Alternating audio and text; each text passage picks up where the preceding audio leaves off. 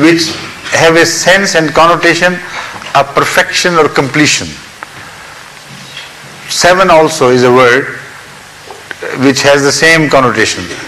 So that is why the prophets generally are made prophets at the age or near the age of 40.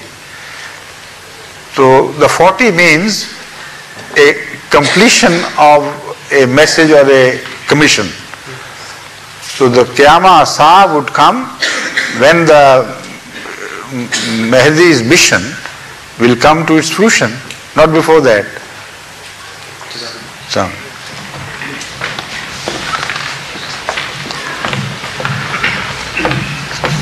Assalamu alaikum. Wa alaikum assalam wa rahmatullah. Have you come from Pakistan? Yes, sir. Recently? Yes, sir. Yes. So recently that you can't speak in English? No. Okay, then speak in Urdu. रसूल पाक सल्लल्लाहु अलैहि वसल्लम के बाद नबूवत हज़रत मसीह मौद पे आई, तो अब क्या नबूवत यहाँ पर ख़त्म हो गई है या आगे नबूवत होगी? नबूवत ख़त्म होने का मतलब क्या है?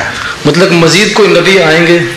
आ सकते हैं। आ सकते हैं। कुरान करीम ने जहाँ नबूवत की तारीफ फरमाई है वहाँ एक नबूवत हमेशा के लिए ख़त्म है जी, और वो है कानून वाली आज़ाद साहिब शरीयत नबूवत।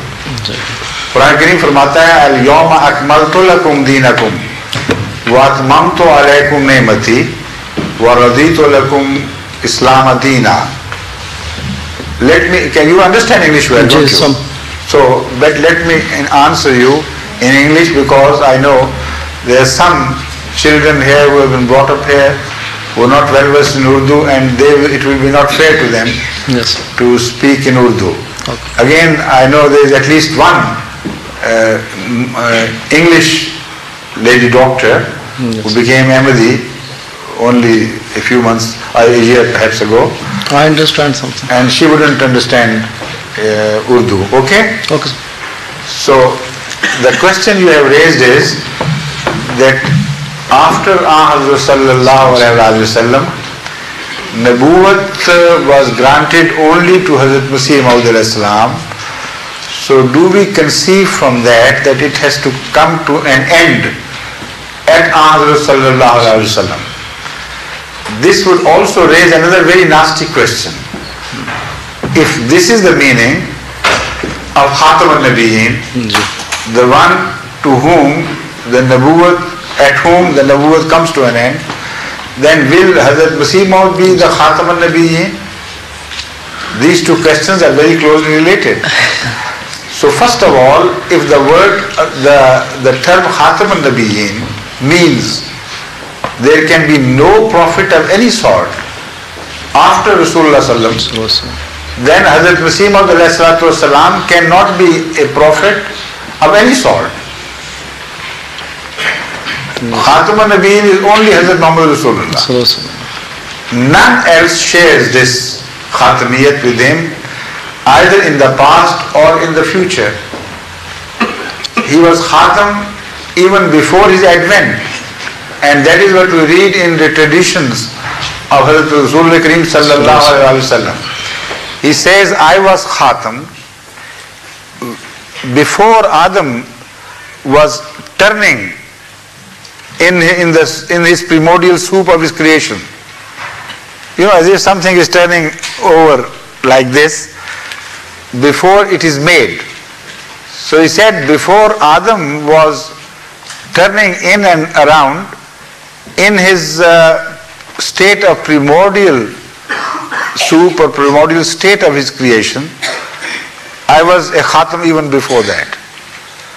So if the word Khatam means there can be no prophet whatsoever in any form, in any sense, after the Khatam has come, then Rasulullah sallallahu alaihi wasallam was made Khatam before Adam. So the entire line of the prophethood comes to an end there, should have come to them. So the word Khatam should be first understood. The word Khatam in reality means the very top, beyond which nobody can even be conceived.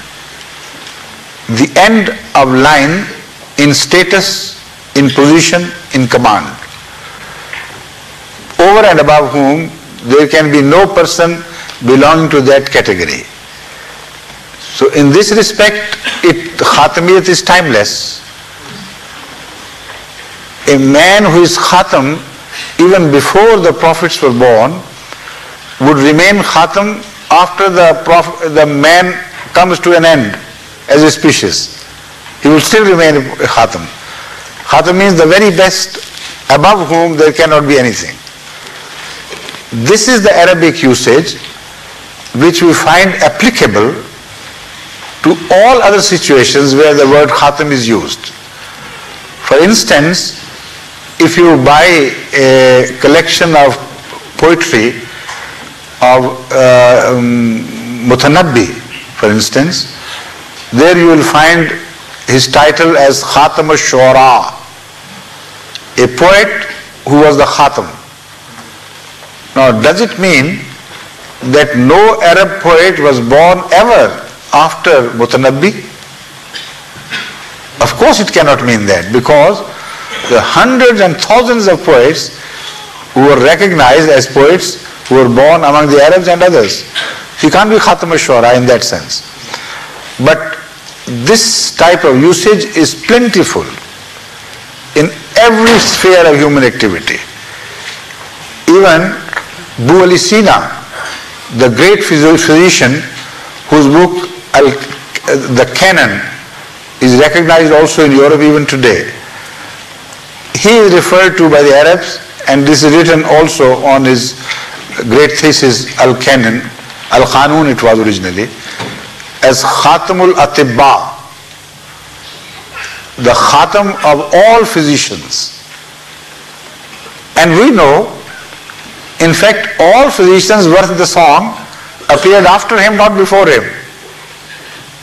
He was the beginner of that school of philosophy on which modern science is born, modern science of cure and healing is born. And yet he is referred to as Khatam. But leaving that aside, now I turn to the usage of word Khatam by Hazrat Aqdas Muhammad Rasulullah sallallahu alayhi wa sallam himself. It is reported that addressing Hazrat Ali, he said, "O Ali, you are Khatam of the pious or Asfiya." Or Asfiya means those people who love God and remember God and who are purified by God. So Hazrat Rasul Karim sallallahu alayhi wa sallam said to him, "You are the Khatam of pious people, as I am the Khatam of the prophets." How would you translate this?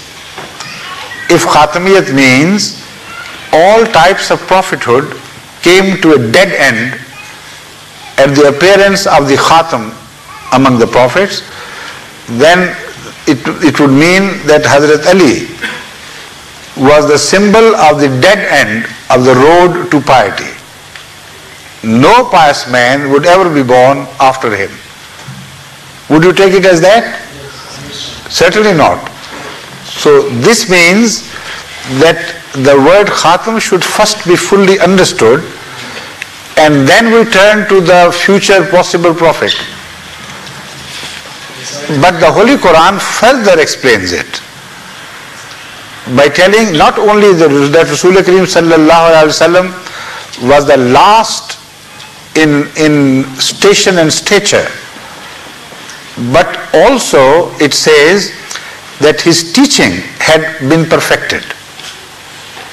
Because if he is the greatest prophet, how could he be the greatest if his teaching was not the greatest? So that is a logical conclusion of the same claim, that the teaching of Hazrat Muhammad Rasulullah sallallahu alaihi wasallam should have been perfected, otherwise he couldn't be the greatest of prophets. And that is exactly what the Holy Quran has said. Al-yawma akmaltu lakum deenakum wa atmamtu alaykum ni'mati wa raditu lakum al-islam deena. Today, this day, we have perfected the teaching and brought to full consummation